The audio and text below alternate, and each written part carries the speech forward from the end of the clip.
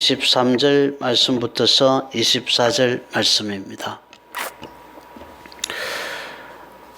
다 같이 봉독하겠습니다. 아버지께 참되게 예배하는 자들은 영과 진리로 예배할 때가 오나니 곧 이때라. 아버지께서는 자기를 이렇게 예배하는 자들을 찾으시느니라. 하나님은 영이시니 예배하는 자가 영과 진리로 예배할지니라. 아멘. 아멘. 미국의 여론조사 기관에서 지난해 8월부터서 연말까지 14개국 성인 14만 명을 대상으로 코로나와 신앙과의 관계에 대해서 설문조사한 결과를 발표했습니다. 우리나라 기독교 신자의 17%가 코로나로 인해서 자기의 신앙심이 약해졌다고 했습니다. 이것은 14개국 중에서 가장 높은 수치입니다. 반면에 코로나19로 인해서 신앙심이 더 강해졌다고 한 경우는 미국이 28%로 가장 높았고 우리나라에서는 신앙이 높아졌다고 한 성도는 전 성도의 4%에 그쳤습니다.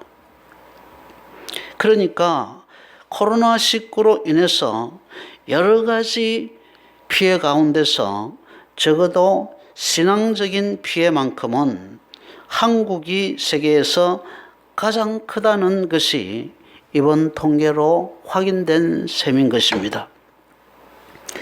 코로나19로 인해서 여러분의 신앙은 어떻게 변했습니까? 한국에서 신앙이 내려간 17%에 속하십니까? 아니면 신앙이 올라간 4%에 속하십니까? 코로나19 때문에 개인의 신앙도 많이 흔들렸지만 교회에 대한 일반인의 인식도 우리나라가 가장 많이 추락한 나라입니다.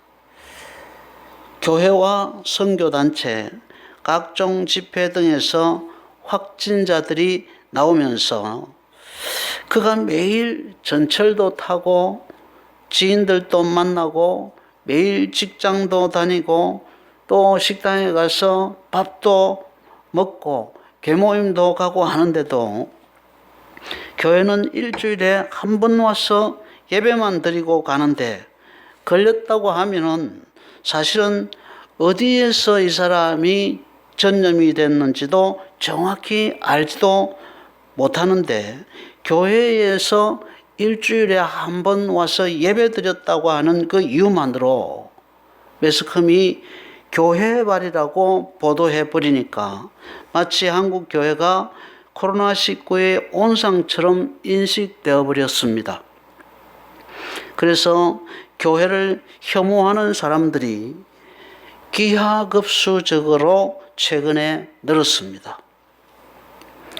지난달 29일 발표된 목회 데이터 연구소의 발표에 의하면 우리나라 성인 76%가 한국 교회를 신뢰하지 않는다고 했고 사람들은 대놓고 개신교가 민폐다, 교회가 지긋지긋하다라고 말하고 있습니다.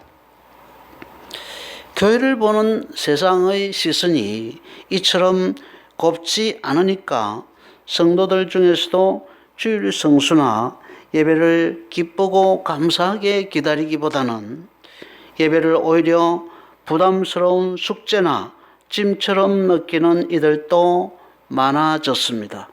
그래서 그것 때문에 시험에 들기도 하고 마음이 위축되기도 하는 것입니다.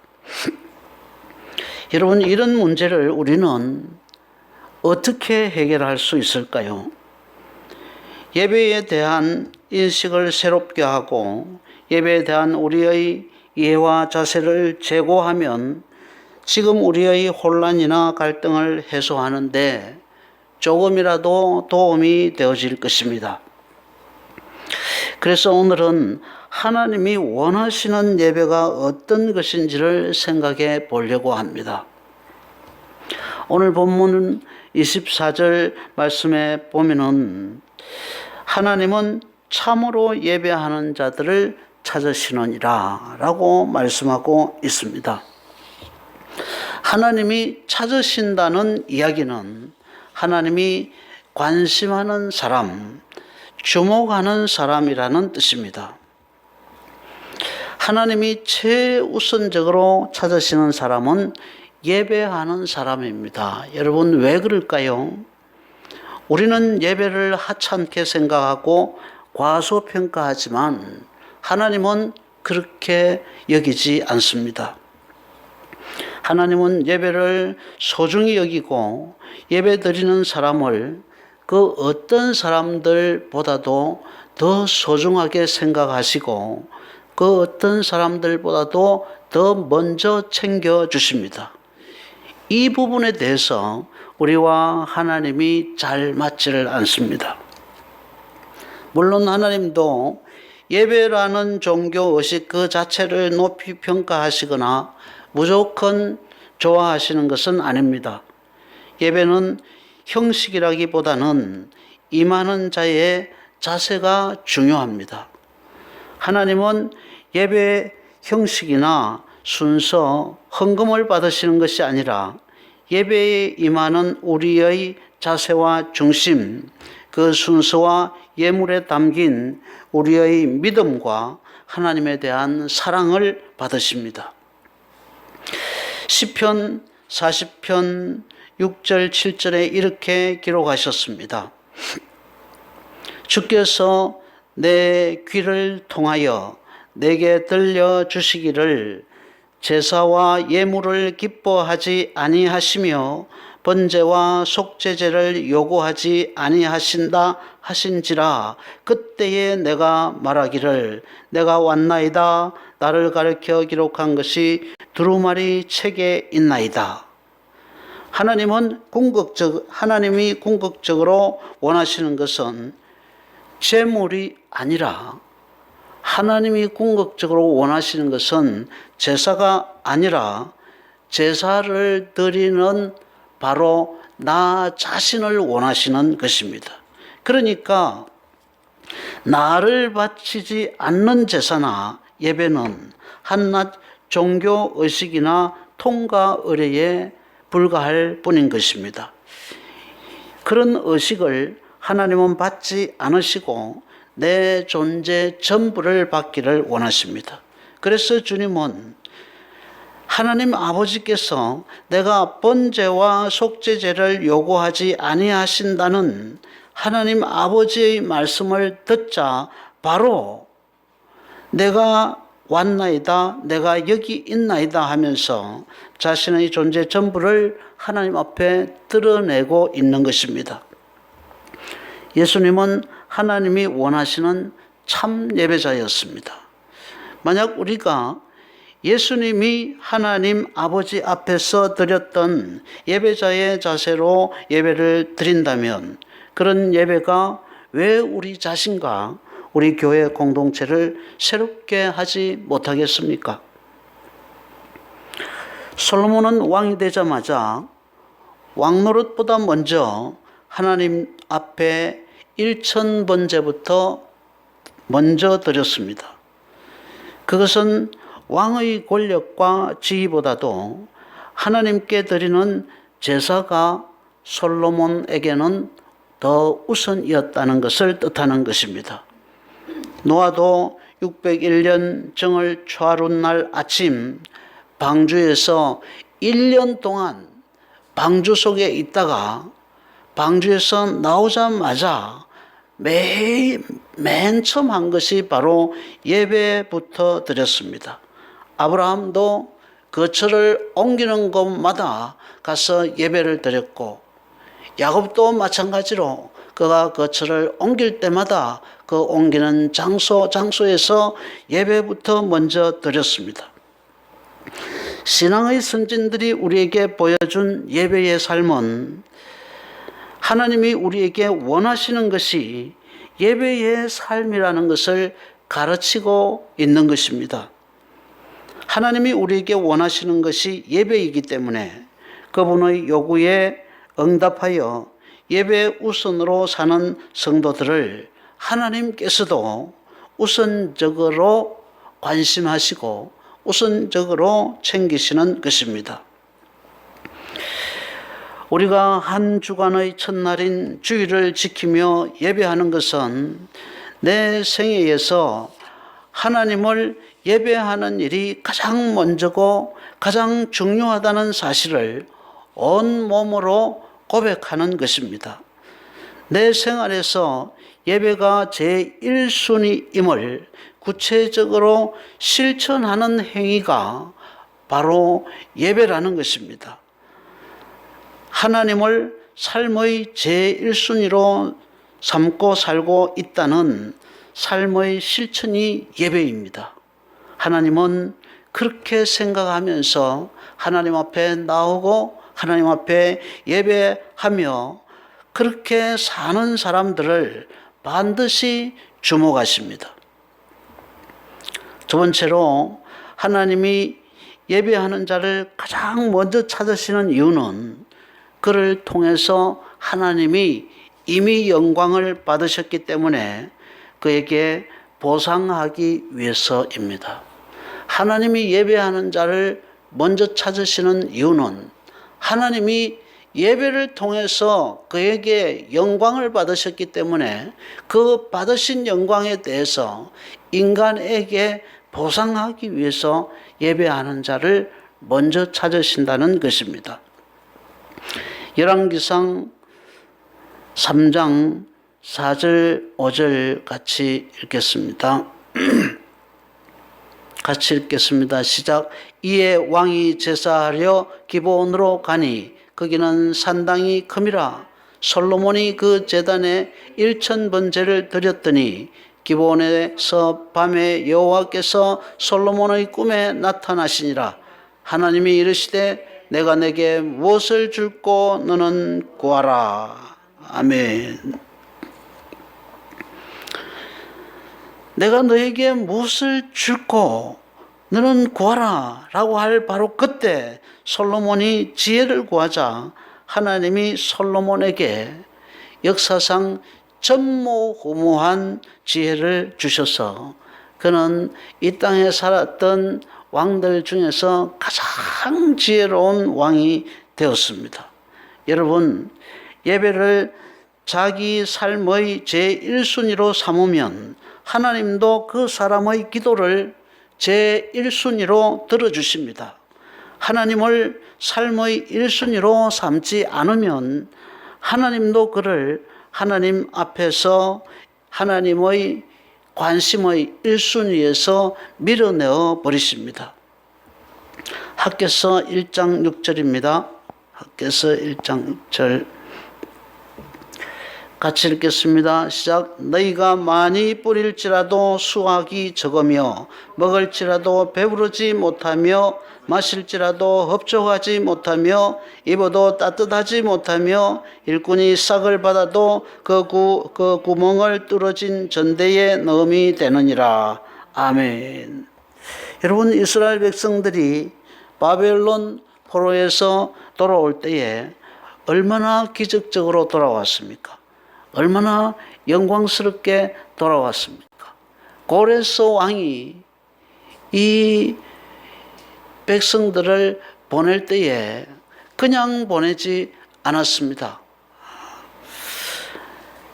자기들의 헌금을 모아가지고 또 페르시아의 고관 대작들의 헌금을 모아가지고 그들에게 주면서 돌려보냈습니다.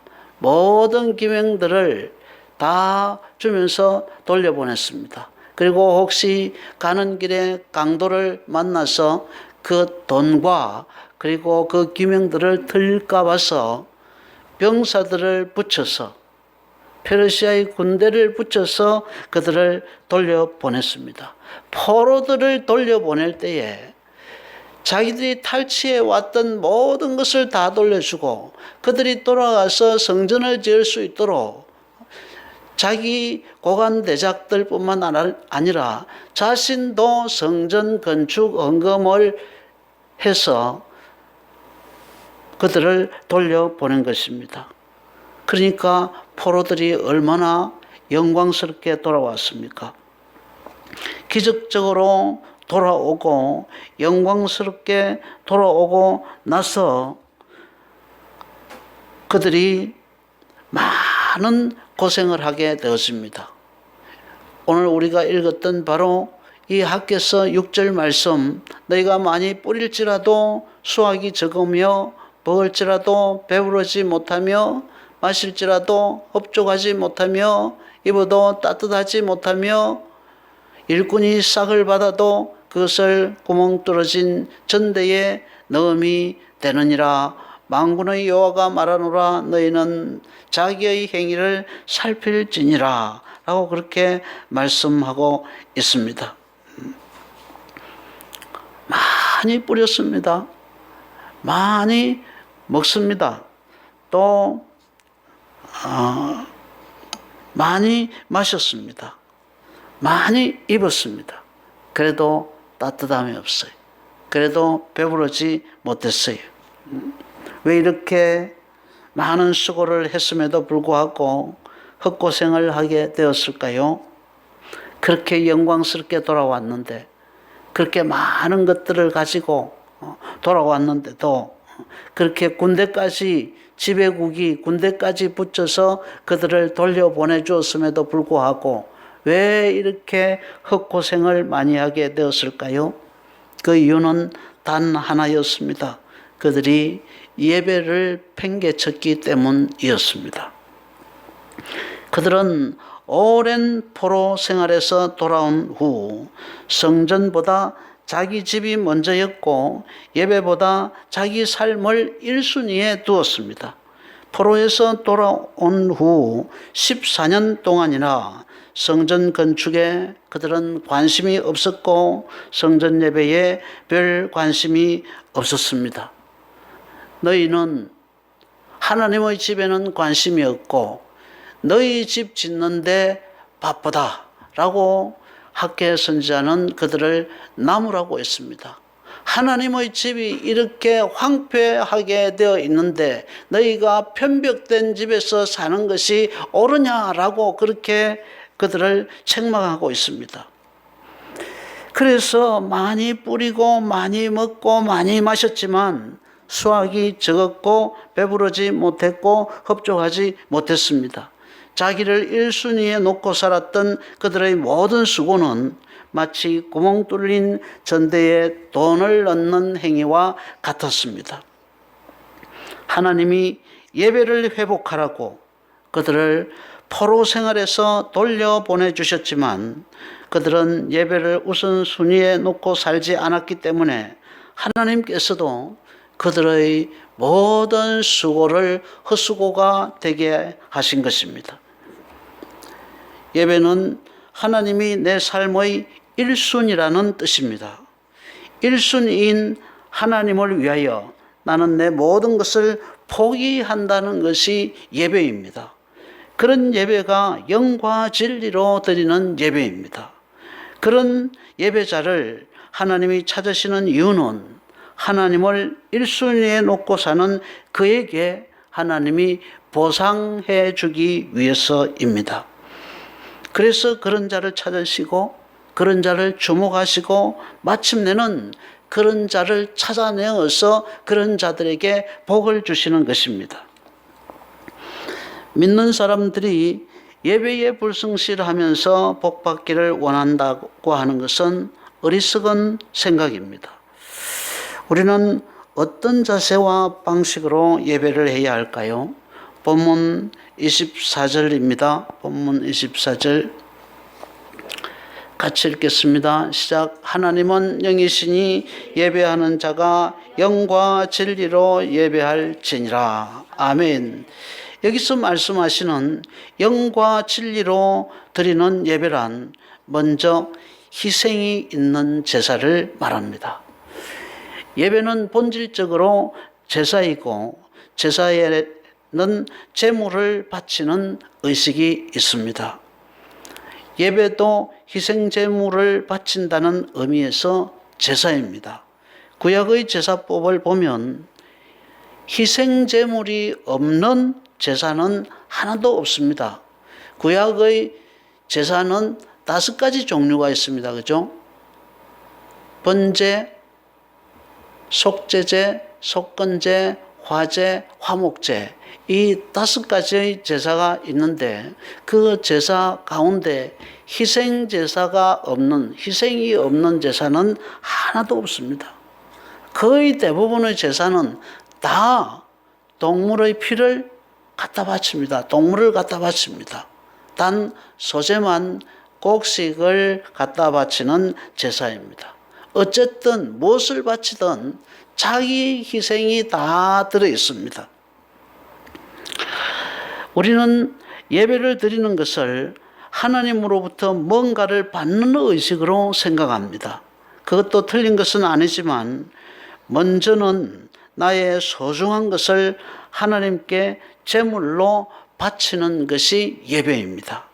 내 시간, 내 소득, 내 중심, 내 온 몸을 바치는 것입니다. 그렇게 하나님을 위해서 다 드려서 하나님께 나를 희생하는 것이 제사요. 그것이 바로 예배인 것입니다. 동방 박사들이 아기 예수님을 어떻게 경배했습니까? 그들은 먼 길을 오느라고 오랜 시간을 바쳤고 생명을 걸고 험한 길을 왔고 황금과 유황과 모략을 바쳤습니다. 자신들의 가장 귀한 시간, 자신들의 가장 귀한 것, 그것들을 바쳤습니다.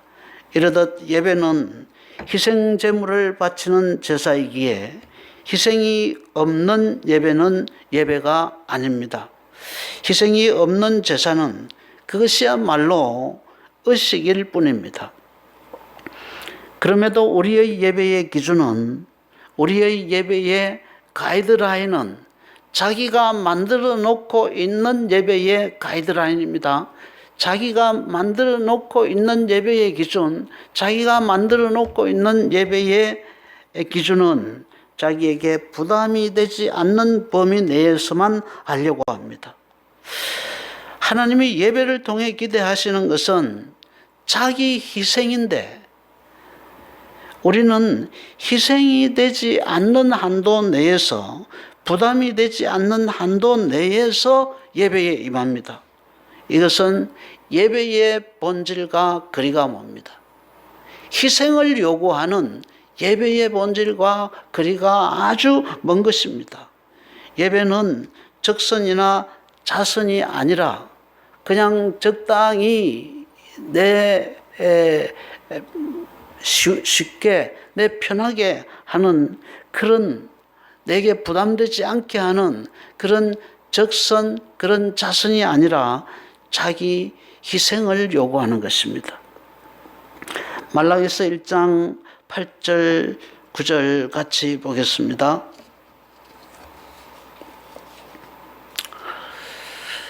같이 읽겠습니다. 시작. 만군의 여호와가 이르노라. 너희가 눈먼 희생 제물을 바치는 것이 어찌 악하지 아니하며 저는 것 병든 것을 드리는 것이 어찌 악하지 아니하냐.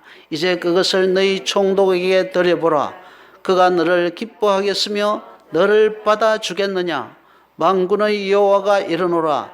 너희는 나 하나님께 은혜를 구하면서 우리를 불쌍히 여기소서 하여 보라.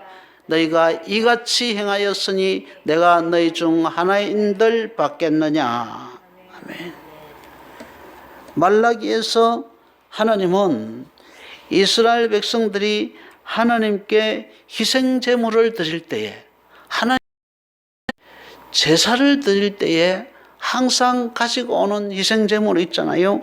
그 희생 제물을 드릴 때에 자기들에게 부담이 안 되는 제물, 자기들에게 있으나 마나한 제물, 꼭 없어도 되는 제물, 병든 것, 저는 것, 별로 감당하지 않는 것, 그런 제물들을 골라서 드렸다고 책망했습니다. 그런 것을 너희 통치자들에게 드려보아라. 그 사람들이 그거 좋다고 아이고 가지고 와서 감사하다라고 받겠느냐라고 그렇게 책망하고 있습니다. 말라기의 성도들은 자기에게 최고로 귀한 것, 값나가는 것은 하나도 하나님 앞에 희생하지 않았다는 것입니다. 그런 희생 제물을 하나님께서 받겠느냐? 너희들이 드리는 가치 없는 제사에 너희가 나를 깔보는 예배를 받는데 나는 이제 지쳤다. 나는 이제 그런 의미 없는 제사를 받지 않겠다고 뒤에 가면은 그런 말씀을 하고 계십니다. 그들이 하나님께 그런 질책을 받고도 끝까지 진정한 예배자로 돌아서지 않은 그 결과가 얼마나 비참했습니까? 말라기 시대의 마지막 시대입니다. 하나님이 이스라엘 백성들을 다루시면서 워낙 말을 안 들으니까 말라기 때까지 하나님께서 말씀을 하십니다. 말라기 때까지 말씀을 하시고 말라기 이후로는 400년 동안 하나님께서 이스라엘 백성들에게 입을 닫아버리십니다. 요 마지막 때까지 하나님께서 이런 질책을 하십니다. 그런 제사를 내가 받겠느냐? 너희들이 수백 년 동안 나에게 그런 제사를 드려왔다. 그런 태도로 나를 대해왔다. 나는 이제 너희들이 드리는 그런 제사를 받는데 나는 이제 지쳤다. 나는 이제 너희들의 그런 제사를 의미 없는 제사를 받지 않겠다라고 그렇게 말씀하시기까지 했습니다. 그런데도 이 말씀을 듣고도 이스라엘 백성들은 정신을 차리지 못했습니다. 끝까지 하나님 앞에 병든 것, 저는 것, 적당히 자기에게 부담되지 않는 것, 감당하지 않는 것, 팔아서 별로 값도 나가지 않는 것, 그런 것만 골라가지고 하나님 앞에 와서 드렸습니다. 하나님의 이 질책을, 이 사랑의 질책을 받지 않은 그들의 결과가 얼마나 비참했습니까? 2000년 동안 나라를 잃었습니다. 로마에게 지배를 받았고, 터키에게 지배를 받았고, 그리고 영국에게 지배를 받았고, 수많은 나라들에게 지배를 받았습니다. 스페인에게도 지배를 받았는지 모르겠습니다. 역사적으로 보면은 여러 나라에게 지금 제가 로마, 터키, 영국 이건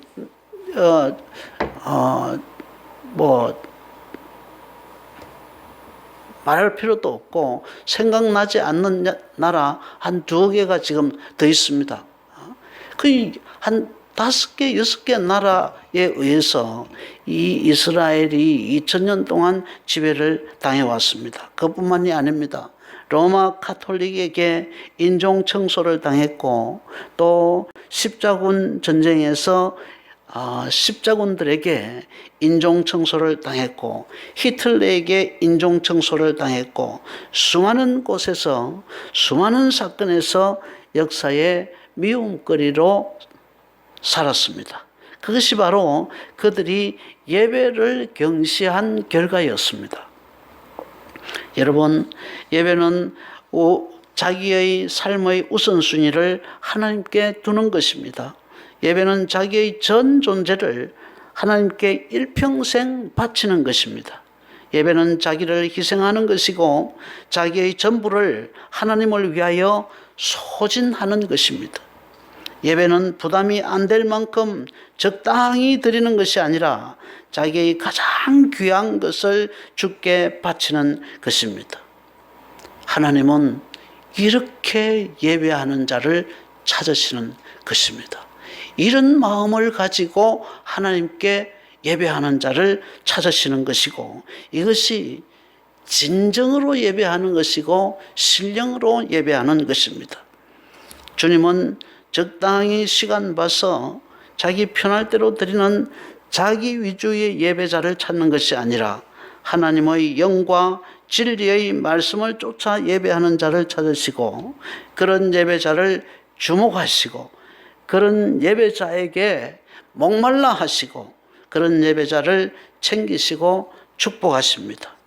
우리 모두가 1순위를 하나님으로 삼는 예배자, 예배를 위해서 희생을 각오하는 예배자, 예배를 부담 없이 적당히 때우는 자가 아니라 자신의 전 존재를 걸고 예배하는 예배자, 영과 진리의 말씀을 따라서 예배하는 예배자들이 되어서 하나님이 보상해 주시기 위해서 하늘에서 찾으시고 주목하시고 챙기시는 그런 성도들이 되시기를 주의 이름으로 축복합니다. 찬송하겠습니다. 50장 찬송하면서